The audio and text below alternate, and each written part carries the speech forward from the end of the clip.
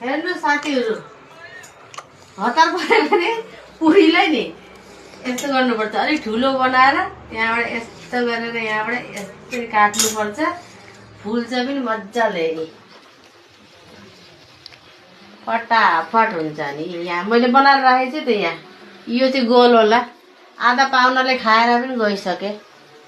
अघिको सब्जी सब mix vegetable. हेर्नु त कति मजाले फुल्यो, एकदम फुल्नेको कोही टेन्सनै छैन। हिला जलेछ कि अब ज्यादा गरम भयो तेल। बस भइहाल्यो, राम्रो देखियो। यी दुई किसिमको देख्नुमा पनि स्टाइलिस भयो। अब हामीले खाने हो खाना।